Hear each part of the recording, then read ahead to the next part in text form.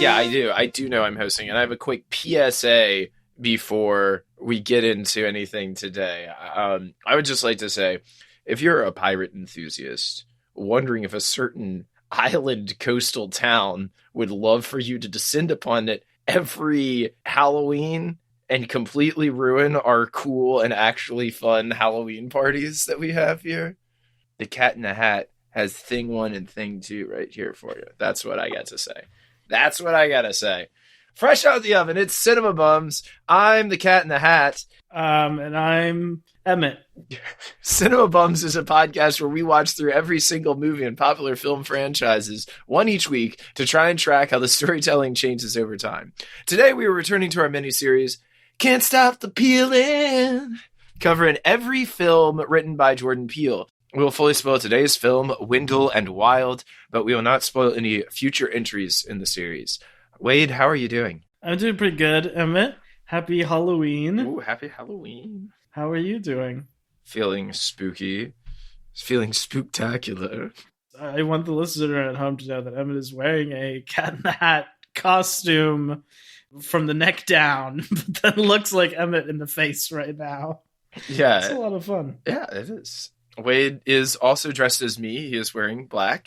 So That's true. It is a very accurate costume as well. I've been thinking recently that maybe I should go back to my old-fashioned sense of just wearing all black all the time. Yeah. I've really been thinking about it. Sure helps when you're like walking down the aisles at Target wondering what you should buy to put on your body, and then you just see a rack of black shirts. All right. Wade, I see here that there's an update on the schedule for our listeners to know about going into the new year, and or with the results of the Bumtober bracket almost in. I guess this won't come out in time for them to go and vote, will it? No, but we're recording this on the 30th of October, so we're very close to knowing who wins Bumtober, but we don't know yet. We're all on pins and needles. I can tell you that if it's not the Muppets, I will be boycotting. I'm really I don't know if surprised is the right word, but I feel like Muppets got out pretty quick last year, and It looks like it could be going to the top this year. It could take it. It's Muppets versus Wes Anderson. Today. And honestly, I feel like what a traitorous move on Wes to betray his own people like this. Go out and try to make his own movies. You know that man is a Muppet who crawled out of Jim Henson's Creature Workshop sometime in the mid-70s and has just been like doing his own thing ever since. So I'm saying come back home, Wes, and Muppets for the win. I am excited for you if they actually win, because I know how big of a fan you are. Yeah. Oh my gosh. Formative. So we'll know about that. You'll know about that by the time this episode actually drops. But Wade, what is the change in the schedule that's going to happen because of this? Whenever you are listening to this, it means that Webhead Summer is officially over, and the break in scheduling, the irregular scheduling, is officially over. This episode is going to be coming out first, and then after this, we're going to start our Baz Luhrmann series, our series about the films and one TV episode of director Baz Luhrmann. But thanks, everyone, for sticking around and listening. Sorry that the schedule has been so irregular these last few months, but starting with Baz, we should be back to our regular Tuesday, every Tuesday. Back on the ball, one episode a week. You'll be listening in real time along with us, which I'm really excited for. We've already recorded a lot of those episodes. There was a thought at one point they might be out in October, so some stuff might be a little weird. Like the count at the end might be wrong, or there might be some week where we say, like, we're doing Wendell and Wild next. I'll see what I can do in the editing. Imagine that. Things getting weird on this podcast. As if that's not what you're already listening for, you little freaks. But anyway, the takeover, the break's over. Well, welcome back to Cinema Bums, starting with this excellent little Halloween special that timed out so nicely for us. Perfect timing.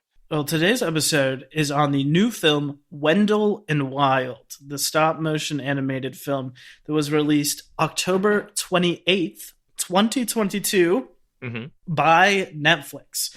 So available for all of you to watch at home with your cousin's password that you haven't told them about. This film was directed by Henry Selick and written together by Mr. Jordan Peele and Henry Selick, which is why we are covering it. It was based on a story that Henry Selick and Clay McLeod Chapman wrote. More on that later. But we're covering it because of the Jordan Peele aspect. And the other creative, obviously, here is Henry Selick, the director of The Nightmare Before Christmas. Came out in 1993. Not a Tim Burton film, as is often misattributed. Often remembered as a Tim Burton film. Produced by Tim Burton, but not directed by Tim Burton. He also directed James and the Giant Peach in 1996. The live-action stop-motion hybrid film Monkey Bone in 2001. And Coraline in 2009. This is his first film 13 years later since Coraline. Emmett, talk to me about Henry Selick. Did you grow up on those movies? What do you think about it? Okay, the whole, is Nightmare Before Christmas, misremembered as Tim Burton, and then there's all of these, there's Corpse Bride. Which Tim Burton did actually direct. Which he did actually direct. And Frankenweenie, too, I believe. And Frankenweenie. So there's a stop motion crossover. There's the children's horror stop motion crossover thing with them is real and confusing. I was not raised on these movies except for The Nightmare Before Christmas, which I probably watched in high school and was into it as, kind of an emo Christmas movie. But watching it again, it is very much more of a Christmas movie and not really a Halloween movie. It's a spooky Christmas movie much more than it's a Halloween movie, I would say. We started rewatching it and I didn't finish rewatching it this time. Then same thing happens with James and the Giant Peach. I'd never seen it before. And we started it and then we were like, oh, this is actually too weird. And it's a musical and the songs are not good. So that was a little bit of a turnoff. I remember watching some of Monkey Bone at some point in high school. That's a true vision. And I want to watch that movie and then compare it to this. But I haven't seen it. And then I love Coraline. And I remember when we all watched Coraline together, whose first time watching it was it? My first Your time. first time watching it, right? A year or two ago when we watched it, yeah. And what were your thoughts then? Well, I had read the book Coraline when I was in middle school, I think, because we had to read it in my Battle of the Books team.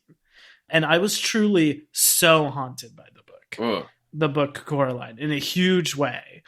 In part because the big thing in Coraline is that there are these little half closets. There's this small door that is in the wall of one of the rooms that's locked in this new house she moves into, and eventually she gets through it and takes her to another world. And the house we lived in when I was in middle school had these two closets upstairs, big closets, and at the back of the closet, if you crawled through, there was a little tiny door to attic space, and that was so terrifying to me after I had read that book. So I never wanted to see the movie, and then watched it for the first time a couple of years ago. The movie is, I would say, a little bit less sort of just abject horror than the book is, but it does a great job of adapting the spirit of it. And also, when I think about these movies, I think that Coraline is the only one that is really structured like a horror movie, even though it is for kids.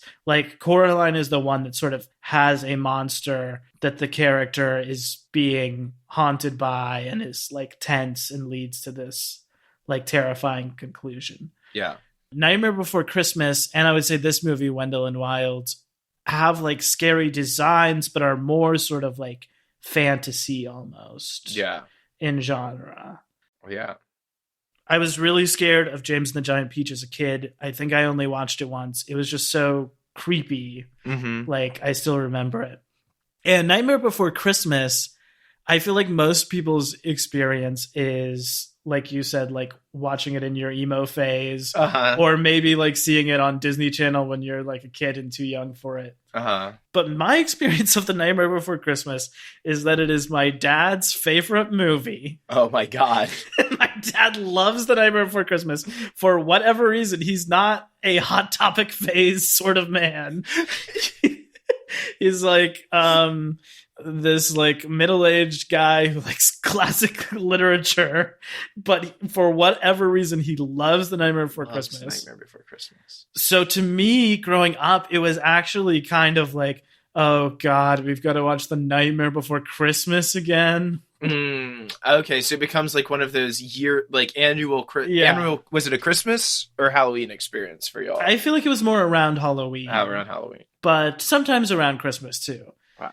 You could sneak in 2 viewings a year sometimes. Yeah, my dad loves it. He has a little statue of the mayor. He loves the mayor and Oogie Boogie a lot. I think we got him some slippers that look like Oogie Boogie one year. That's good. And I felt real Oogie Boogie vibes from Buffalo Belter in this movie. Oh, yeah. This movie, the score is by the French composer Bruno Coulet, who also did Coraline. It runs an hour and 45 minutes, which is pretty long for one of these stop motions. I think that Nightmare is like 70 minutes. Yeah. Like, Nightmare is pretty short. It was released directly on Netflix. They claimed to put it in theaters for a week beforehand. Mm-hmm. I have to say that it only played in one theater in New York City, and it was not even the theater that Netflix owns and shows its movie at. Whoa. So they really were not promoting this thing. Damn. I just got sort of dropped on Netflix, but I do think it's a momentous occasion. It's the first film in 13 years. Yeah. Got generally positive reviews. 72 on Metacritic. And Emmett, I feel like all of our audience, and especially me, would really benefit from you trying to walk us through the increasingly elaborate plot of this movie. Yes. And this movie, what? This movie... Here's the thing about this movie. What? I know that I've just been talking a lot, but I want to say, we watch a lot of movies on this podcast. Sometimes movies are all visuals. I'm thinking of something like Black is King. Like, there's a loose narrative there, but like it is visually unbelievable, and you're in awe of that. Sometimes movies are all plot. Maybe something like Incendies. Like, the filmmaking is still good, but there's no, It's not like headlined by the technical aspects. It's headlined by the story. And how it's Absolutely. This movie is somehow both all visuals and all plot. It's insane. And still has time for several Key and Peele sketches of the like Wendell and Wild doing like Key and Peele demon guys. Let me start, because I loved this movie. But let me see if I can recreate it in my mind, given that I watched it less than 2 days ago. All right. Starts off with our young protagonist, Kat. She's at some sort of grand opening for a brewery or some sort of event for a brewery. Her parents are there in the background. They are cool, like middle-aged black brewery owners in this small town. And they have just been like, absolutely not. We are not selling our property so that they can put up a private prison here. You're like, oh, sweet Jesus, this is awesome. right off the jump. That's where we start. They're having a celebration. But Kat seems to be kind of like oblivious to that. She's a young kid. She's just going around. And then they are on a car ride home in the rain that night. And they're going across the creaky bridge. And she sees a demon worm in her apple and screams. Because she screams, her dad like veers the car off the bridge. Both of her parents drown. And she like barely escapes with her life. Then she is taken to an orphanage. This is all happening in the first, 3 minutes of this movie. It's a very traumatic opening. It's very, it's, really shocking. And Arabella was like, why is it always so sad when people die in animated movies in particular? And we were, ruminating on that. But, I mean, this is a particularly sad time. She's taken to an orphanage.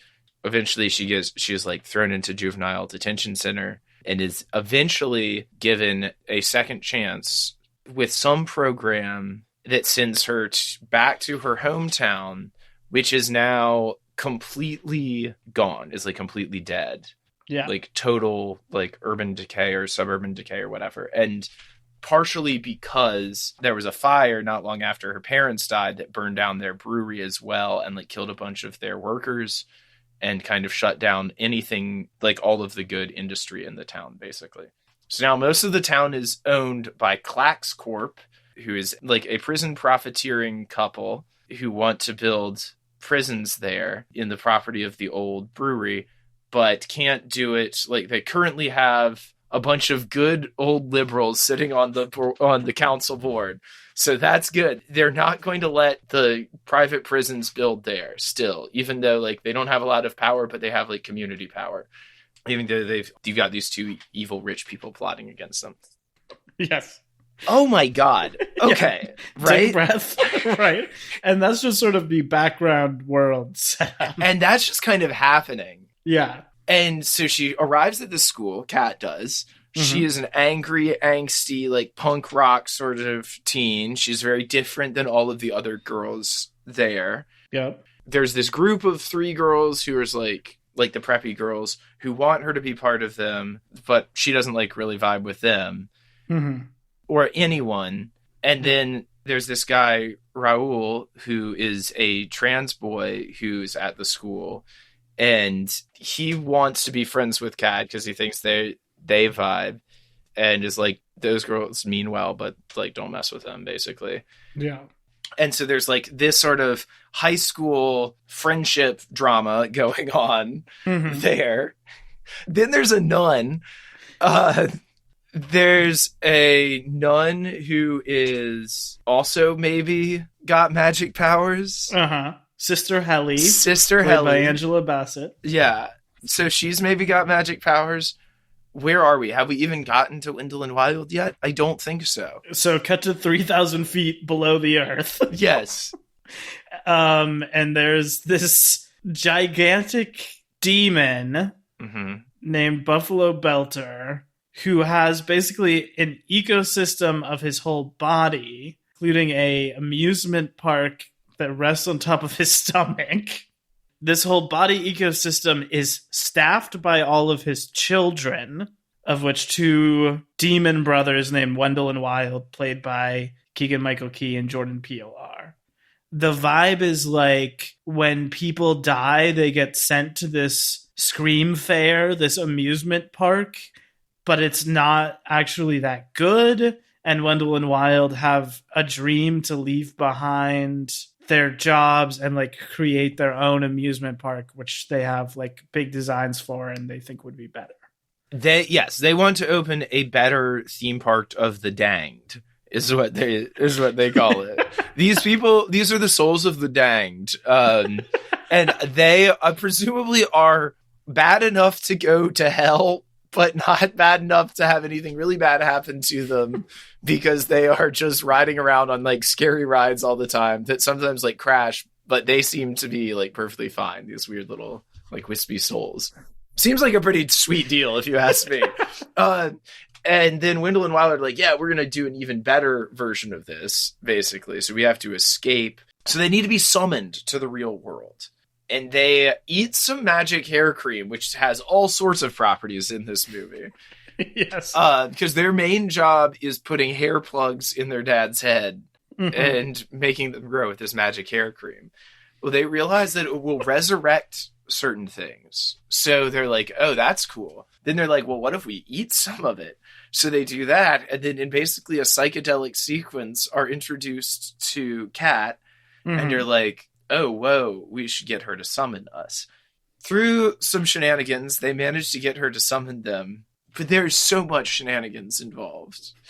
But basically, they go to get her to summon them. Meanwhile, back at the golf course, we got the 2 evil people. Guess who else the evil prisons for profit are working for? Couldn't be the Catholic Church. And then they murk a man, drop him in the ice, because he's basically blackmailing them.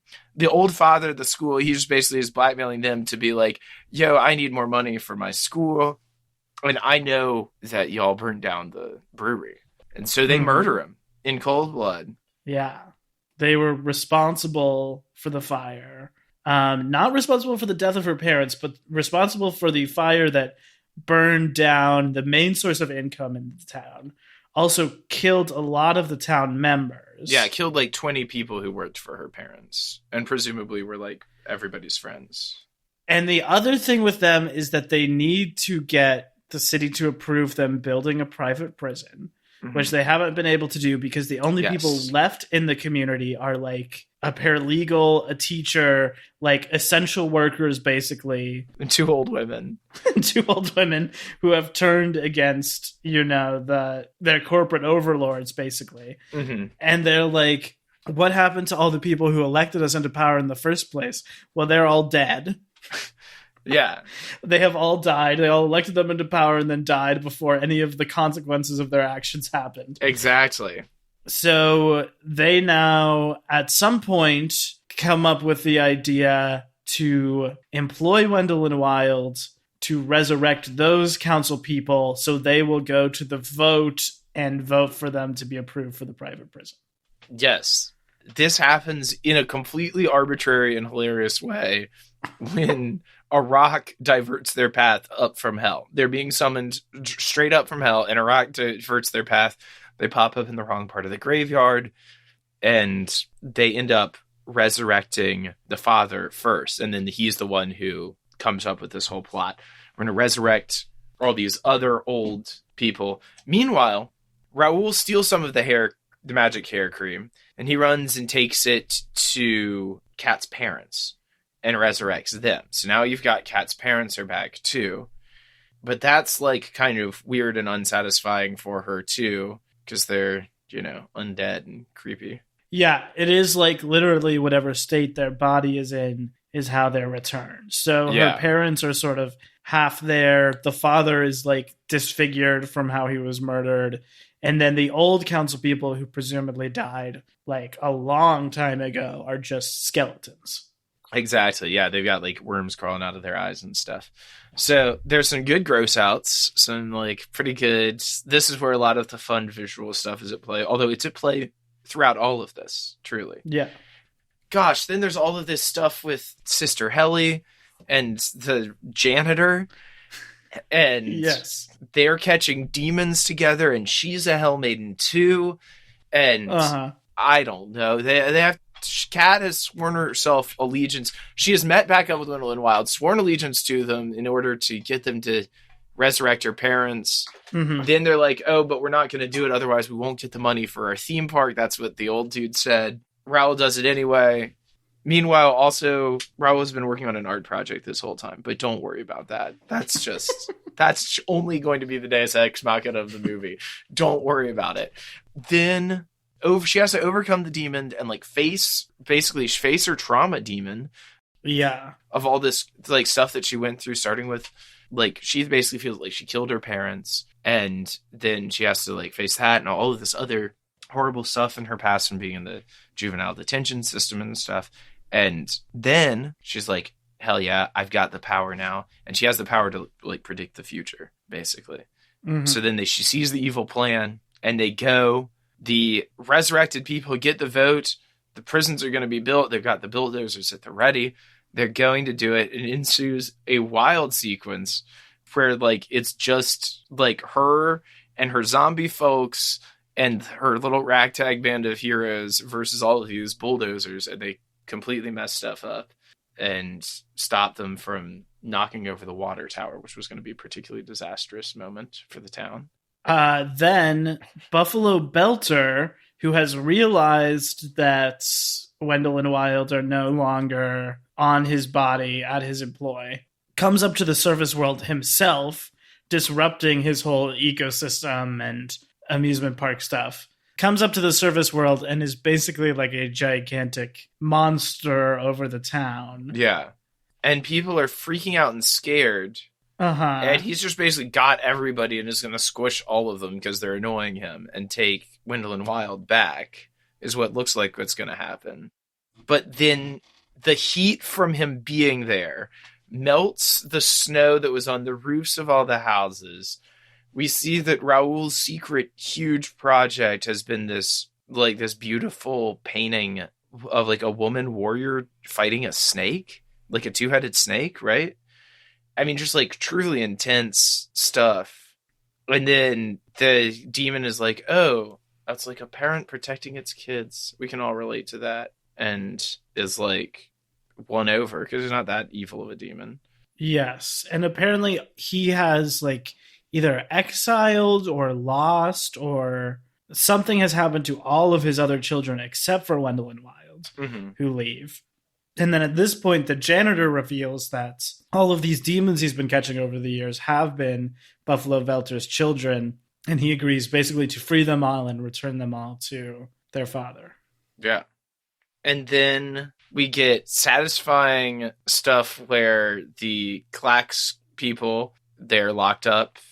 They resurrect witnesses as well who could bring back witnesses to the fire and have people who could accuse them in court.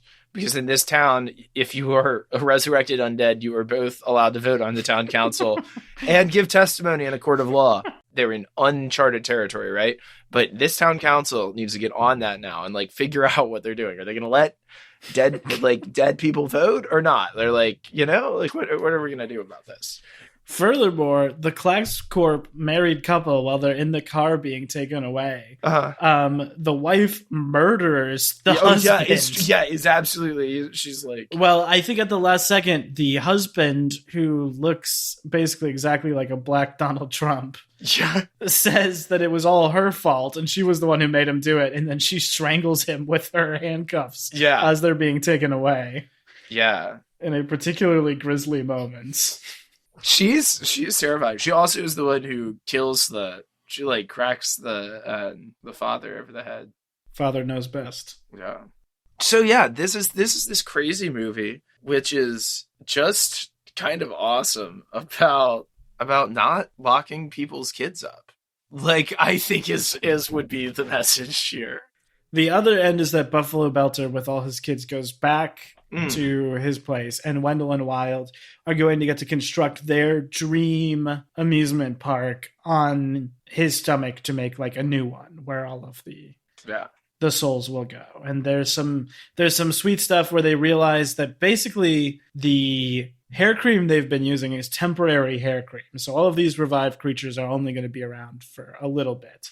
But Kat gets to say goodbye to her parents once and for all. Seems like their souls might be going down to the dream park where they'll live happily for eternity. And she has a vision of the town becoming prosperous again. And it's like, and then there's a post-credit scene where the bear comes back to life too. This trinket. I don't totally know what that was doing, but to represent a new Hell Maiden, maybe coming into the world. Maybe, yeah. So wait, that's the movie. Flop or bop? It is a bop, absolutely, for me. Yeah. As you may be able to tell, it's a very complex story. Yeah. I don't think it's always 1,000% successful. I just feel like there is so much plot. I wish there were maybe a little bit more jokes or like character moments. Like, it is so much like A to B to C, all of this like tangled, intricate web. And I wish it was maybe a little more wholly enjoyable in the story elements. Yeah. Because it is honestly a little bit exhausting at some points just to try and be keeping track of everything going on. However, it is very enjoyable just in the visuals of it. I mean, it looks amazing. To be honest, it could be way worse and probably would still be a bop just because of how great it looks and how so much of it feels like Henry Selick just flexing, basically. Like the amusement park, the opening sequence, like so much of it feels like they've come up with these ideas just basically to show how far they can go with everything visually. It's interesting that you say that because at the same time, I also read this article in the New York Times about him and Jordan Peele working together, where he said for this one, he didn't innovate any new like kind of animation. He wasn't like trying to push the boundaries on anything. He was actually going back to like more classic and didn't digitally animate away like the face crease and like there's certain like things on it that are like more raw, but you're right, it is still him flexing because it's just like the stuff that they do in this is crazy.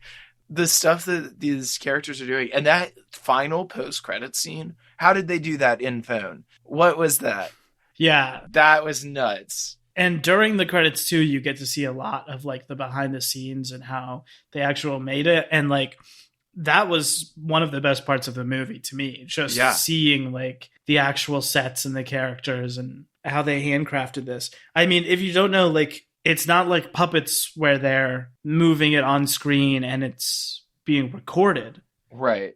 Like this stop motion movie is basically like a flip book. Like it's a collection of pictures where they move it minusculely every picture. The filming of this movie is just taking still photographs of it. Millions of pictures of it, right? Yeah, it's 24 pictures for every 1 second of film. So...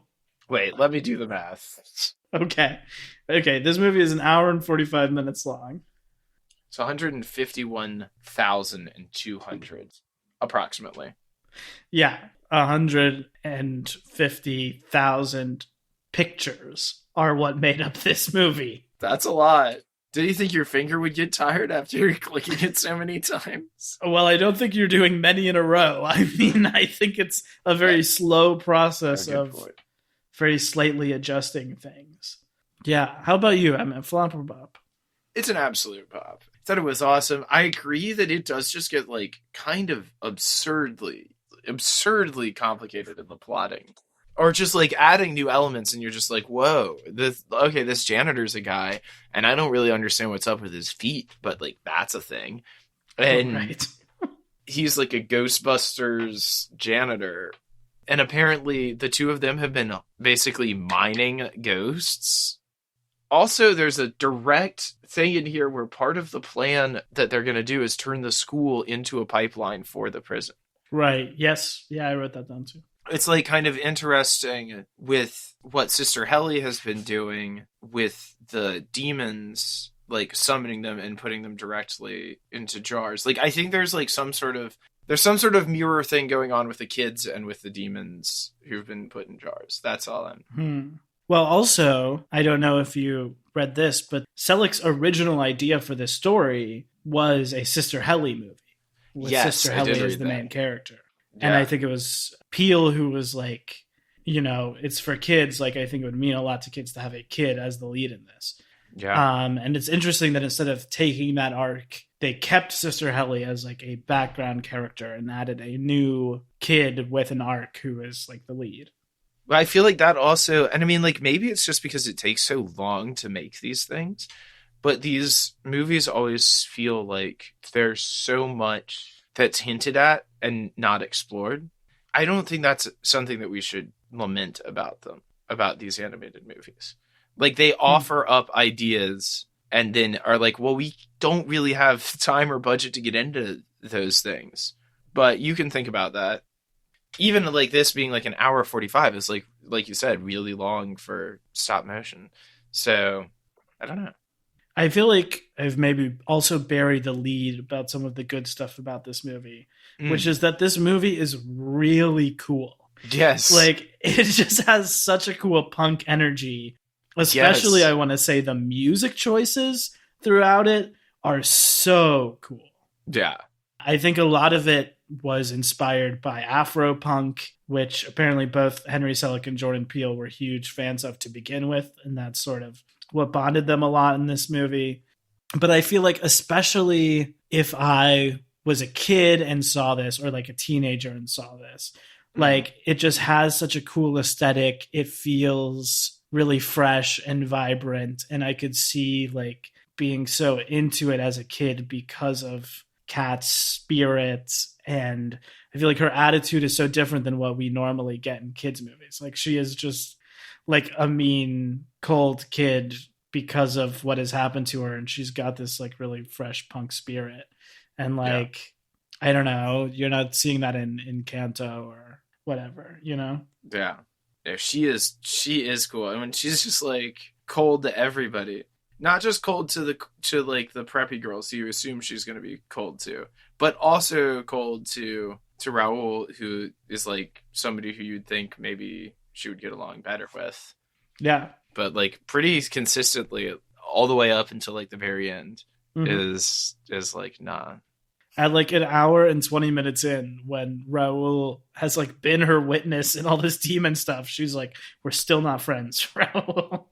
But I guess you see, like, and this I think is a powerful message for kids too. I think you see that it's like, because she has these demons that have been personified, and she has the sequence of like making her demons work for her instead of her working for them, and coming to terms with all this stuff. And then she can let other people in. What did you make of all of these like big themes in it too? I mean, especially from the Jordan Peele angle. I mean, I love it. I was like, let's go for it. Let's have more movies that are head-on anti-prison industrial complexes. Like, that's... But, like, in a way, I don't know. It's not like a... Obviously, that is the message. Like, there's no doubt about that. But I don't feel like it's... I also don't feel like it's preachy, because I feel like it's such a... Like, they're such evil bastards, basically, and you'd hate them. I don't know. I think it's done well.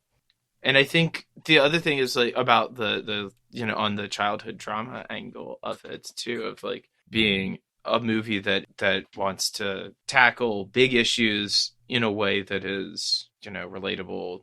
I feel like I read recently that there was like some author who was like, oh, well, if you can't write it for adults, write it for kids. Like, if you can't figure out how to say it to an adult audience, or if you think it's like too complex for an adult audience to get, then make it for kids instead. And I feel like this does that well. For sure. I think it's really interesting. Technically, this is the first major film that Jordan Peele was approached to be the writer for. Mm-hmm. Even though this is like, what, the sixth that we've covered for him? Yeah, the sixth. That's also interesting. So he has been working on this that whole time. Since 2015. Yeah, exactly.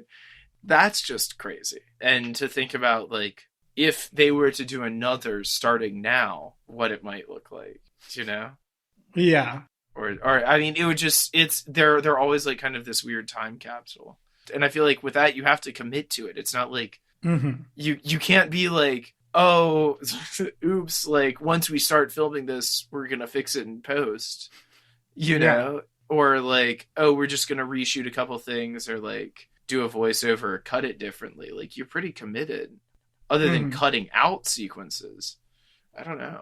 Yeah, I mean, also like Key and Peele are also in Toy Story 4, but because that's like CGI animated, I think they could get in the booth and like do a lot of improv, and it's pretty easy to like change their mouths or like change out jokes and stuff like that. Right. Here, like, I mean, they could have written a joke in 2015 and like it's set in stone, like it's being delivered here in 2022. You can't change it after the fact. Yeah. After all the hard work. So in that way, I think that it is like it's much less flexible than maybe any other filmmaking medium. Yeah. I see an interesting question here. What do you remember scaring you as a kid? Is this movie kids horror, first off? And then by comparison of what did scare you as a kid? If you were a kid, would this frighten you? Would you be amused, excited, etc.? I was trying to think about that while watching it. Like, would a kid really be that into this? Like, yeah. I mean, they wouldn't understand the real life politics and everything that it's really discussing. And it's pretty fun, but like, I don't know. Do you think a kid would be able to track everything going on in this movie and have a good time with it? Yeah, probably. I feel like certainly 9 and up could probably handle it. I saw someone on Reddit, and it was a parent who was asking, could I watch this with my 7-year-old? Or would that be a bad idea? And I was like, I don't know. I think you could. I think a 7-year-old might get bored. I think a 9-year-old and 9 and up would probably like be able to follow it and get into it and feel attached to the character. But I feel like younger kids might be a little like, what is going on? You know? I feel like it would probably be best for maybe in that like 10 to 14 range, especially for like girls or punk girls in particular. Like, I feel like it would be the coolest thing in the world. Yes, absolutely. When you were a kid, do you remember any scary movies or just regular movies that scared you a lot? I was frightened of everything. I had to watch nature videos because like Winnie the Pooh had too much plot for me as a young child, you know? So it's an interesting sort of thing to get into. I really strayed away from horror and scarier things. Like I would go up and look on Common Sense Media, something we've talked about before on here. Shout out. Shout out to the dogs over at Common Sense Media. Sponsored this week by that poor fool at Common Sense Media, who he must have a checklist that says like F word, S word, D word, H word, and he has to check off each time. Because it will always say, like, the S word is used 63 times in this movie. 63 times in this movie. First off, that's hilarious. That's a job. Do you think they get paid? Like, do you think they have an intern doing that? Do you think they get paid? I think they absolutely get paid because they've been in business for that long, and I'm sure they're making ad dollars on the site. My guess is the full staff of Common Sense Media is probably like 3 people. And they just watch like 3 movies a day, basically, to try and keep up with everything coming out. They're deeply, deeply committed. But I would be like, is this going to scare me too much? A perfect example is Donnie Darko, a movie which did scare me too much when I was like 15.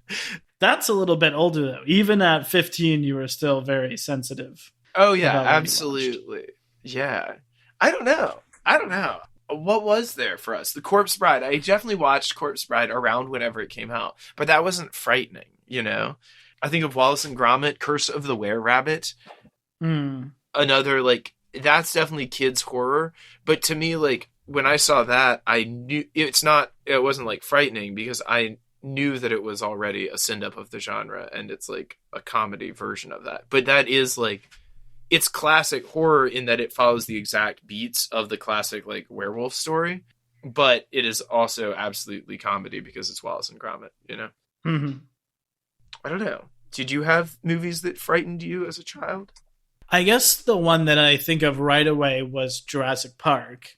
Oh, mm-hmm. Which did really scare me. And I know I said this when we did it. I would watch it on fast forward through the scary parts rather than in real time. But that is the first movie where I remember the adrenaline feeling of being scared by a movie and being like so tense and excited by what was happening. Another one that I did not see, but I listened to my mom describe the entire plot of the movie Signs to one of her adult friends. Like my mom, like basically tell a story, I guess as we would do on this podcast, over like 20 minutes explaining everything that happened in Signs. And I was like, truly had nightmares from the vision of it in my head. Okay, similar thing happened to me as a kid where I heard some guy at the Okerfolk Festival tell a story. And it's like this long, funny story, but part of it is that they go to see the movie Psycho. And he described certain scenes from Psycho, a movie which I had never seen, but which was vividly imprinted onto my memory before I'd ever seen it because of his like description of it. And I was like 6 years old. I was afraid to take a shower for a week. I was like freaked out. Yeah. I would always have to open the shower curtain every time I was in the bathroom. And still sometimes when I get the creepiest, I have to do it. I do sometimes too. It's very vulnerable being in the shower. Yeah. I don't know. 2 others I just thought of, 2 moments. The moment in Fellowship of the Ring where they make the orcs and they're like being crafted out of mud. Mm-hmm. That was very scary to me as a kid. And one that I guess did not see, so it didn't scare me, but my mom would always tell me to close my eyes at the end of Raiders of the Lost Ark when all the faces get melted away. Yes. So that I actually did not see until I was probably like 19 or 20, even though I watched that movie a handful of times, just because I would always close my eyes at the very end. I would say like, well, this is also still more like young teens, but it was like Army of Darkness for me. Like I was too afraid to watch Evil Dead or Evil Dead 2, but I was like, I'll watch Army of Darkness. So like that sort of stuff where it's like a little gross, a little goofy, but it's less of the tense horror. All that Lord of the Rings stuff, you know that part where Bilbo does and he's got that part always gets me, you know. Yeah, that's good. This is a little bit older now, but the first R-rated movie that I saw in theaters was The Happening. M. Night Shyamalan's The Happening, where Mark Wahlberg is being attacked by trees. By trees? Oh my gosh. It's a very bad movie, but just shout out to that. And then I think shortly after that, I watched Watchmen in the theaters, which was entirely too much. Although I had read the comic, so like I knew the grisly images that were going to happen, but it was still rough to behold. Yeah. Zach, why do you gotta do it, baby boy? Zach. All right. Well, is there any behind the scenes drama that we should discuss? There was a lot on this. I mean, really the thing is, it's been 13 years since Coraline. And it takes a while to make one of these movies, but it doesn't quite take 13 years. So what all happened? In 2010, after directing Coraline, which was the film that started the studio Laika, who also continues to make stop-motion films. It's not just Henry Selick keeping the industry alive, although I think that he's definitely pushing it forward. After that, he got a contract to return to Disney and work for Pixar and direct stop-motion Pixar movies for them. Whoa. And he worked very heavily on one called The Shadow King. 2 or 3 years spent in actual production on it, but it was had a lot of studio interference from John Lasseter, who was the head then, since been fired from Pixar. The inspiration for the Lotso hugging bear in Toy Story 3 is John Lasseter. The what? We don't have time to get all the way into that, but he was like one of the creative heads at Pixar, who was basically like a malevolent overlord who was far too touchy-feely with all of his employees. Oh, gotcha. And when they made Toy Story 3, they literally made the villain Lotso Hugging Bear, who is like the head of the daycare animals, who's like a malevolent leader. Anyway, he eventually got kicked out. And now he's running some studio for Apple TV Plus, so let's all look askance at that. Anyway, the movie eventually got canceled. By the way, that movie, The Shadow King, involved a lot of shadow puppetry, which was the inspiration for the visions in this movie, which are like shadow puppets. So after that falls apart, in 2015, this is really crazy to me that this is like so pure of a thing, but it literally was that Henry Selick was just such a gigantic fan of the show Key and Peele. Like he didn't know any of them. He hadn't talked to anyone. He wasn't angling for anything. It was literally that he was such a gigantic fan of Key and Peele. And he said it like inspired him to start being creative again. It was just like his favorite thing in the world. So he reached out to Key and Peele. This is while the show is still going on in 2015. And he had basically a pitch, which was based on this book, this story and illustrations that he had written for his kids when they were young, which was about two demon brothers named Wendell and Wild. That was the only characters. It was based on his two sons when they were little, when they were in their demon stage, he said. He wrote this little funny story about the two of them as demons, and they're called Wendell and Wild. And he loved Key and Peele so much that he's looking back at these two demons, and he's like, oh, they could play them. We could make some sort of movie around them. So he meets with them, finds out that Jordan Peele is not just a funny guy, but also like an aspiring filmmaker.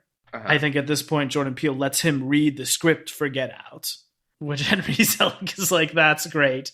And Jordan becomes much more involved in the actual crafting of the movie. Jordan Peele is a big stop motion and Henry Selick fan and asked Henry Selick to make the production logo opening thing for Monkey Paw. Monkey Paw. Whoa. that we see in front of every Jordan Peele movie, going back to Get Out, the little stop motion train thing that ends with the disembodied hand stirring the cup of tea. That's directed by Henry Selick. That's so cool. So he worked with him going all the way back to this. And so basically now Jordan Peele and Henry Selick are going around town trying to get this Wendell and Wild movie made. Jordan Peele apparently is like, listen, I think Get Out is going to flop hard, so we've got to sell this before Get Out comes out, because after it, no one is going to work with me. So they're going around town and people aren't picking it up. After Get Out comes out in 2017, Jordan Peele is suddenly like the hot commodity in the market. Everyone wants to be in the Jordan Peele business. I'm sure after he won the Oscar for writing that year too. Yeah. The sale does actually happen, and in 2018, Netflix officially greenlights it, and they start, I think, full actual filming then. Wow.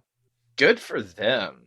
And it was not so much an easy production. It was originally supposed to be released in 2020, but it ended up getting delayed by 2 years, in parts due to COVID, having to go remote with a lot of it, and also because it was all filmed in a warehouse in the city of Portland, which has experienced a ton of the effects of climate change. So there was a heat wave that took it to 112 degrees there, which caused them not to be able to work for a little bit.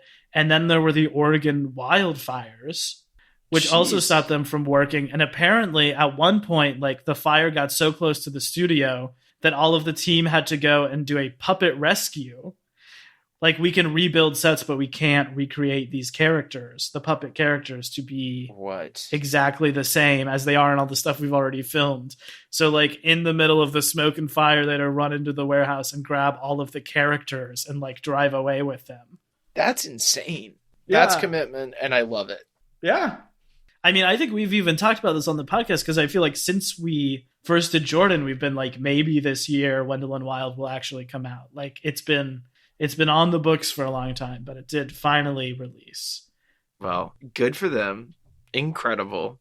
A true success story. I hope it's a success for them in the long term. I think it is already in the artistic sense, but I hope they make their money back and get to do another one someday. Wade, who is your MVP other than the protagonist? And I mean, we're only going to take off Kat for this one. Pretty simple for me. I know we've gone the whole episode without talking about her, but it is the character that to me is like the selling point of this movie, which is Gabby Goat. Oh my gosh. I love Gabby Goat so much. Cute. She is a cute little goat that like the popular girls have, who is involved in the action at various points. I just thought like her design like had so much personality. She was so cute and so funny.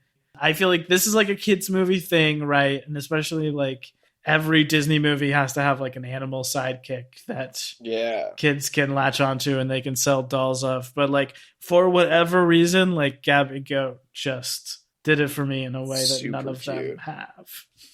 Super cute. I loved her so much. And to me, like this is kind of like the Gabby Goat movie. So I've got her on my phone. She really is the goat. Yeah, that's my MVP. Emma, who would yours be? Incredible. Well, I just want to say, I think Kat, amazing protagonist. I love an angry young protagonist. I think that's good and fun. Always loves the fifth Harry Potter the most. You know, always for that sort of thing. MVP in this movie, it's got to be the creepy old priest guy. Mm-hmm. He is really funny to me. Everything he's doing and him being resurrected and still being a slimy bastard, and like even after these people killed him, he's going to come back and try and secure the zombie vote for him. Absolute garbage, man. I loved it. Yeah, I love to hate him. And his get up as like the undead pope is pretty insane. He's played by James Hong, who is, I feel like a lot of people saw in Everything Everywhere All at Once this year. Wow. And he is 93 years old and still acting in 2 big movies this year. Whoa, that's awesome. Good for him. I will give a little shout out to Ving Rhames as Buffalo Belter. I thought that was also a great performance and brought a lot of energy to like that aspect of the movie. And shout out to Natalie Martinez, one of my very first teenage celebrity crushes. She plays one of the popular girls in this, just a small part, but one of my longest standing crushes, and she's not in as much stuff. So I thought it was cool to see her in the credits for this. Just want to shout that out. Hell yeah. Wade, have you any final thoughts? Oh, and what is your Jordan Peele ranking before we get into a truly wild quiz? I mean, I think the character of Raul is really cool, and it's awesome to see like a trans character so plainly in a kid's movie. Mm-hmm. I have absolutely, working at summer camps and working in schools and stuff, been around like trans kids who are, you know, as young as Raul is. And I think like presenting it as a kid would experience it, which is not like a talking point, but like someone who is very often like put with people of the opposite gender because of like schooling rules, but is like someone else hanging out with them who you just know is them, right? Like, I think that's really cool. And I think even thinking about like if this movie had come out in 2015 when they wrote it, like think about how revolutionary that would have felt. Yeah. Time has sort of caught up to how cutting edge this movie is trying to be. Yeah. The only other thing I want to mention is that the design of Kat's house, it has the same house layout as the house in Barbarian. Were you thinking about this too? Like it has the same basement where her parents live and the same like little window you can only see the top out of from the basement to the outside. I did think about Barbarian. Yes. Well, and it's also interesting because there's a similar theme there about like having to do with like the city, the decay of the city being like something other than, I mean, like it being either a symbol and or like a motivating factor in this other deeper, nastier sort of thing. Yes, and that also reminds me that the whole like economic like factory town downturn like theme of this movie, Rust Belt sort of deal, reminded me of this video game I played called Night in the Woods, which was pretty good. Sounds scary as hell. It's sort of like a good spooky time like game, but it's also about like a young girl who's returning from college to the town she grew up in, which was like a factory town that has been left behind. And a lot of the people feel weird about that. I thought the game got a little tedious at points, but I think like the first hour and the last hour when it gets to what it's actually talking about are both great. So I wanted to say that. Okay. I have gone in and like totally rearranged my Jordan Peele rankings after watching this movie and after seeing Nope 3 times this year. Okay. Wow. Let's hear it. It's always dangerous to do this based on your memory of the movie rather than when you're actually watching the movies. But this is what I've got now. Number 6, I've got Keanu. Okay. Number 5, Candyman. Okay.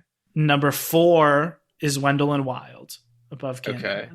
Then at 3rd place, I've put Get Out. I've bumped Nope up to 2nd place. And I still have number 1, my favorite, as Us. Ooh, okay. How about you, Emmett? Any final thoughts and your Peele ranking? All right, here's my final thoughts. That particular pirate guy, if you're listening, you know who you are, and I will see you anywhere, on site. Other than that, my updated Jordan Peele ranking.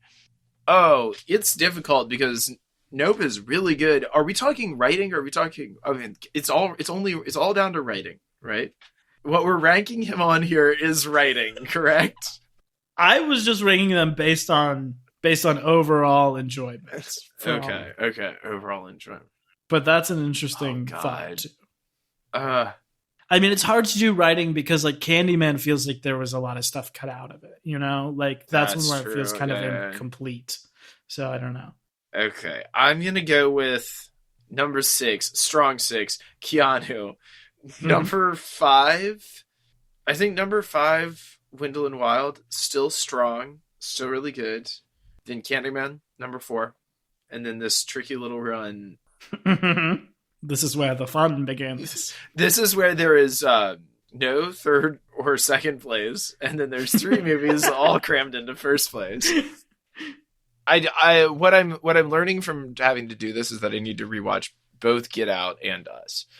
Yeah, I feel the same way. Like that's what I'm hearing right now. But I'm gonna go with Nope is number 3, Us is number 2, and Get Out is number 1 right now. Wow. That's just how I'm feeling. Because I'm thinking about like which one would I most like to watch right now. I would want to watch Get Out right now. So there it is, number 1.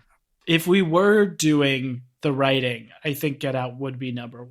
Because that is basically like a perfect script. Oh, perfect. Yeah, perfect. Yeah. Yeah, and I fluctuate. I sometimes say Us is number. I don't know. It's hard. It's hard. Okay. Speaking of things that are going to be difficult, we have a quiz. Bum's the word. It's going to be Oscar-winning and nominated animated feature films. Okay? This is a list on IMDb. I'm just going to pick some films off of here. They're all going to be, I think, from within the past 20 years. Okay. Number 1. This is a film from the animation studio Disney and Pixar combined. Okay. It's from 2007. It is just about a kid from the streets who has big dreams of making it in the French cuisine industry. This would be Ratatouille. That is correct. Next film, also from 2007. This is a film. It's based on a famous graphic novel. It's about a precocious and outspoken Iranian girl growing up during the Islamic Revolution in the 1970s in Iran. It's not ringing a bell. It's not ringing a bell, unfortunately. What is the title? The title is, I believe, the name of a city. It's one word, and it is, I think, the name of a city. Is this a movie you had heard of? It's a movie I've seen. Oh, okay. Yeah. It's not the, I don't even know how to say it, Persepolis? Or yes, it is that. Yeah, it is that. Okay. Movie. Yeah. I was just thinking animated movie with a city name. That's what I could think of, but I never knew that's what that was about. Yeah. It's really cool. I watched that when I was like 13 or 14, so that's my only memory of it. But I remember being like, that was badass. Okay. This next movie, it's a 2004 animation adventure comedy. When a son of a gangster shark boss is accidentally killed while on the hunt, his would-be prey and his vegetarian brother decide to use the incident to their own advantage. I believe this is Shark Tale. Ah, that is correct. The Oscar-nominated Shark Tale. Insane. All right, next up, in insane that this was nominated, the 2003 action adventure. This says comedy. Some would say tragedy. This is a movie whose conceit revolves around a man dying and coming back as a bear. Oh, is that what Brother Bear is about? Or something. Is that? Maybe I'm confusing it with Fluke. Sorry, spoilers for Brother Bear and Fluke. All right. Next up is a 2002 animation adventure family movie. It's a science fiction rendering of a classic novel from a different genre. Whoa. It features a young Joseph Gordon-Levitt and is the lead in the voice acting. Whoa. Wow. 2002. Do you know who the studio was? Is this a CGI animated movie or hand animation? This is... Wait, is this to see. Treasure Planet? It is indeed Treasure Planet. Dude, talk about a movie with some attitude when you're a kid. Yeah. An exciting punk movie. Yeah. Okay. I don't know what you're at, but you're doing really well at this point. This next up is a 2001 animation action adventure, a tragedy for the culture. An 8-year-old boy genius and his friends must rescue their parents after the adults are abducted by aliens. That's actually a very... It doesn't really narrow it down very much, does it now? But... Is this the Jimmy Neutron movie? That was nominated for an Oscar. Oh my god. For what? Marketing? Okay. Next up, it's a classic. It's a classic buddy comedy from 2001. A classic tall guy, short guy combo. Okay. They're cracking jokes. They're making people scream. They're doing all sorts of crazy stuff. Wait, is it Monsters Inc.? Yeah. I was thinking what was Road to El Dorado at the beginning for whatever reason. Oh, yeah. You think I should put in the description for this podcast that you're tall and I'm short? And that should be our qualifications. Maybe. All right, the last film here is a 2001 animated adventure family movie from a famous studio. During her family's move to the suburbs, a sullen 10-year-old girl wanders into a world ruled by gods, witches, and spirits, and where humans are changed into beasts. Is this Spirited Away? It is indeed Spirited Away. Nice. Well, Wade, you have won the game, let me tell you. You're killing it on the Oscar-nominated animated films from the early 2000s. While we're on the topic, Wendell and Wild, Best Animated Picture nomination at least, if not win this year. I hope to see it. Yeah, we do hope to see it. Yes, more about that when we see our old friends again in Oscar season. But until then, if you're anyone except for some freaking pirate, then stay frosted, baby.